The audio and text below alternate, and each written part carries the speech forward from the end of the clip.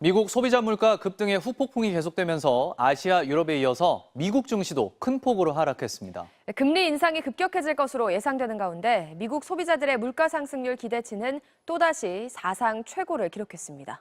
김민욱 기자입니다. 월요일인 현지 시간 13일 미국 뉴욕 증시가 또다시 큰 폭으로 하락했습니다. 다우존스 30 산업평균지수는 전 거래일보다 876.05포인트, 2.79% 떨어졌습니다.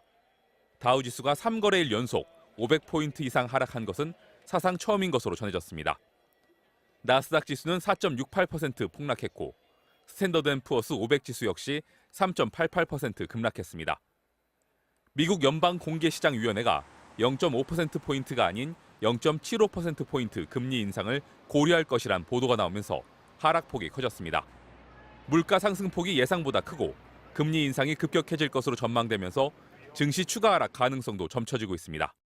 유럽 주요 증시도 2% 이상 하락폭을 보이며 지난해 3월 이래 가장 낮은 수준으로 떨어졌습니다.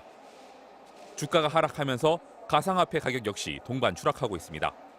가상화폐 정보 사이트에 따르면 전 세계 가상화폐 시장 규모는 지난 2021년 1월 이후 처음으로 1조 달러 아래로 내려왔습니다.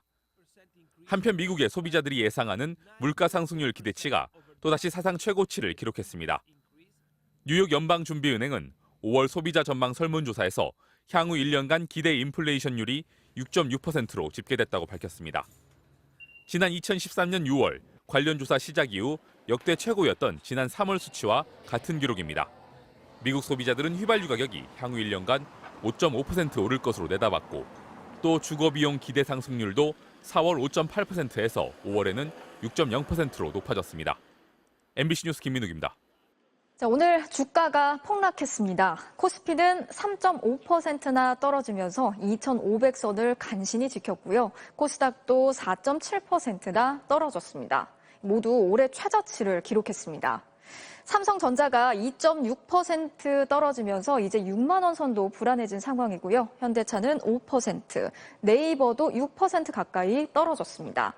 우리나라뿐 아니라요, 일본과 홍콩도 모두 3% 넘게 떨어졌습니다. 세계 증시가 이렇게 폭락한 건 바로 물가 때문입니다.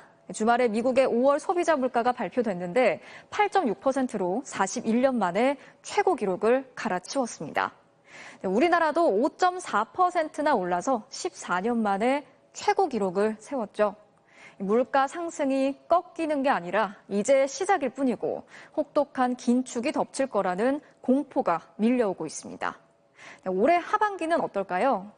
엎친 데 덮친 격으로 공공요금이 줄줄이 오를 것 같습니다. 당장 다음 달에 가스요금이 오를 예정이고요. 전기요금도 오를 가능성이 높습니다. 임경아 기자가 취재했습니다.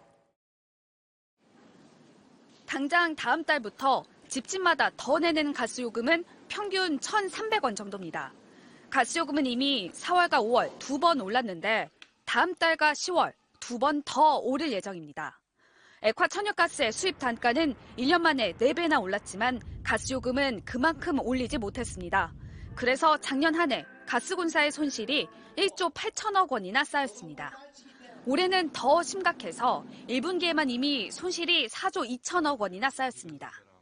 도시가스 요금을 한 50%는 올려야 되는데 그렇게는 못 올리는 대신에 20% 정도 올리고 나머지는 이제 미수금으로 처리하고는 다음 주에는 3분기 전기요금이 결정됩니다. 한국전력도 1분기에만 7조 8천억 원의 적자가 쌓였습니다. 전기요금도 오를 가능성이 높다는 뜻입니다. 이렇게 되면 다음 달에는 전기와 가스요금이 모두 오르게 됩니다. 안 그래도 휘발유값과 경유값이 매일 신기록을 세우며 고공행진하고 있는 지금 물가 상승 압박은 더 커질 것으로 보입니다. MBC 뉴스 임경아입니다. 주택담보대출 금리가 7%에 접어들면 중형 아파트의 대출 월 상환액만 291만 원에 달할 거란 전망이 나왔습니다. 부동산 앱 직방의 분석 결과 주택담보대출 이른바 주담대 금리가 연 7%로 오르면 전용 면적 84제곱미터 서울 아파트의 월 상환액이 가처분 소득의 70%에 달하는 것으로 나타났습니다. LTV 상한선까지 30년 만기 주담대를 받으면 서울 아파트의 월 평균 대출 상환액은 지난 4월 기준 84제곱미터는 209만 원이었는데요. 금리가 4%에서 7%로 상승하면 월 상환액은 291만 원으로 82만 원이 늘어납니다. 도시근로자 가구의 가처분 소득이 419만 원 정도니까 소득의 70%가 대출 상환금으로 나가는 건데요. 금리가 계속 오르면 가계대출 부담이 감당할 수 없을 정도로 커질 수 있다는 우려가 나오는 이유입니다.